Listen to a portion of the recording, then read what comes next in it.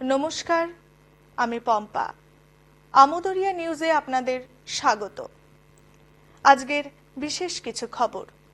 পাটনা এনআইটির ছাত্রীর ঝুলন্ত দেহ হোস্টেলের ঘরে, অধ্যক্ষকে ঘিরে বিক্ষোভ।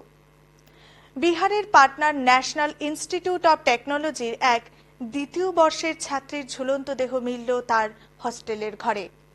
শুক্রবার রাতের ঘটনা। ওই ছাত্রীর বাড়ি হায়দ্রাবাদের অনন্তপুরায়। 2 মাস আগে তাদের 3 জনকে নতুন হোস্টেল বিল্ডিংয়ে সরানো হয়েছিল। সন্ধ্যায় হোস্টেলের অন্য আবাসিকদের সঙ্গে সে গল্প করেছে। তাদের মেসে খাবার আনতে পাঠিয়ে দিয়েছিল সে। তারা জানিয়েছে, ফিরে এসে ছাত্রীর ঝুলন্ত দেহ দেখে হইচই করে। তাদের অভিযোগ, হোস্টেলের কর্মীরা এনআইটির কর্তৃপক্ষ ছাত্রীকে হাসপাতালে নিয়ে যাওয়ার চেষ্টা করেনি, বরং ঘরের দরজা বন্ধ করে দেয়। এই ঘটনার পরে ছাত্রছাত্রীরা এনআইটির অধ্যক্ষের অপসারণের দাবিতে বিক্ষোভ দেখান। পুলিশ জানিয়েছে, একটি সুইসাইড নোটও পাওয়া গেছে, তা খতিয়ে দেখা হচ্ছে। স্লোগান মুছে নীল রং, স্বাস্থ্য ভবনে ক্ষুব্ধ আন্দোলনকারীরা।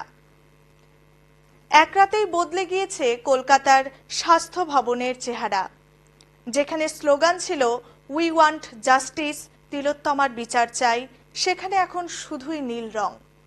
শুক্রবার স্বাস্থ্য ভবন চত্বর থেকে আন্দোলনকারীরা অবস্থান বিক্ষোভে তুলে নেন। ধর্ণা মঞ্চের পাশে যে স্লোগান ছিল তা নীল রঙে ঢেকে দেয়া হয়েছে। জুনিয়র ডাক্তাররা গত 11 দিন ধরে স্বাস্থ্য ভবনের সামনে বিক্ষোভে বসেছিলেন। সেখানে দেয়ালে স্লোগান লেখা হয়েছিল উই ওয়ান্ট জাস্টিস। শনিবার সকালেই দেখা গিয়েছে সব স্লোগান মুছে ফেলা হয়েছে। দেয়ালগুলিকে নীল রং দিয়ে ঢাকা হয়েছে। রাস্তার স্লোগানের ওপর আলকাত্রা লেপে দেয়া হয়েছে। আরজিকরের জুনিয়র চিকিৎসক কিঞ্জল নন্দ জানান, স্লোগান মুছে দিলেই আন্দোলন মুছা যায় না। মেট্রো রেলের নিচে ঝাঁপিয়ে এক হাত খোয়ালেন মহিলা। জমজমাট মেট্রো স্টেশনে আচমকা ট্রেন আসতে দেখে ঝাঁপিয়ে পড়লেন এক মহিলা। শুক্রবার দিল্লি স্টেশনের ঘটনা। সঙ্গে সঙ্গে বিদ্যুৎ সংযোগ বিচ্ছিন্ন করে ট্রেন লাইনে নেমে পড়েন সিআইএসএফ এর জওয়ানেরা। মহিলাকে উদ্ধার করে হাসপাতালে নিয়ে যান, কিন্তু ততক্ষণে সেই মহিলার একটি হাত নষ্ট হয়ে যায়। হাতটি বাদ দিতে হয়েছে চিকিৎসকদের। মহিলা এখনো চিকিৎসাধীন। কেন তিনি ঝাঁপিয়েছিলেন তা এখনো পুলিশের কাছে স্পষ্ট নয়। আজ এই পর্যন্তই।